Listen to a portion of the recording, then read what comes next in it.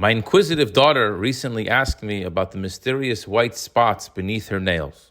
After a quick Google search, we discovered that this could be due to a number of factors, one of them being a deficiency in zinc.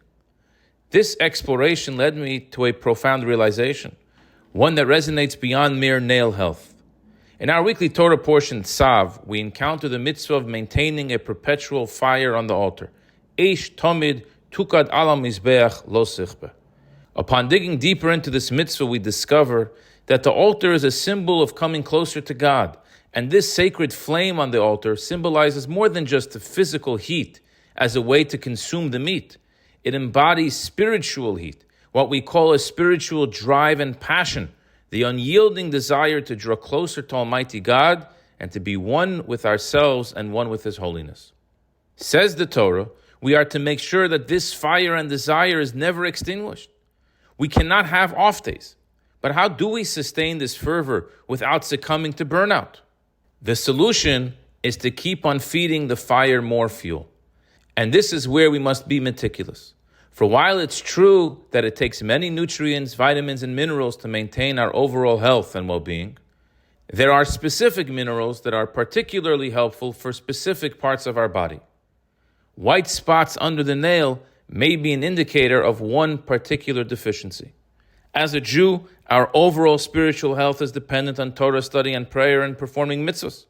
That's the general healthy diet for a healthy soul. But if we zoom in, every mitzvah corresponds to something particular. Specific Torah subjects impact more forcefully a particular corresponding body part. So what is the particular fuel which keeps the passion, the love of the soul burning? The answer, I believe, is studying the teachings of Chassidus. These teachings are an injection of spiritual energy and desire. If you're feeling spiritually drained or unmotivated, if you're feeling detachment or cynicism, it's a clear sign we are running out of fuel. Grabbing a book or listening to a Hasidic lecture refills our empty tank with what is needed to maintain the passion in our relationship with Almighty God. The Rebbe once illustrated the importance of learning Hasidic teachings by highlighting the following. I do not have to tell you, wrote the Rebbe, under what terrible conditions the Jews have lived in Soviet Russia under the communist regime and how it affected Jewish religious life, especially of the younger generation who had no opportunity to anchor themselves firmly in Judaism. When the Iron Curtain temporarily lifted after the war and many Jews managed to get out of Soviet Russia, it became clear that of the various classes and types of Russian Jews, only those who had learned in Chabad yeshivas and were brought up in Hasidic homes and in Hasidic way of life were able to survive those terrible trials and difficulties and remain faithful and practicing Jews. Not only themselves, but also their sons and their daughters with them.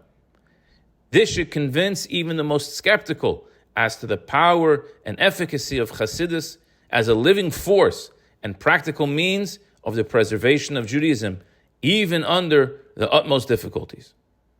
So let us use this as inspiration to fuel our inner flame of love for God by increasing a little daily dose of the inner depths of Torah as they are illuminated in the teachings of Chassidus. I wish you a good Shabbos.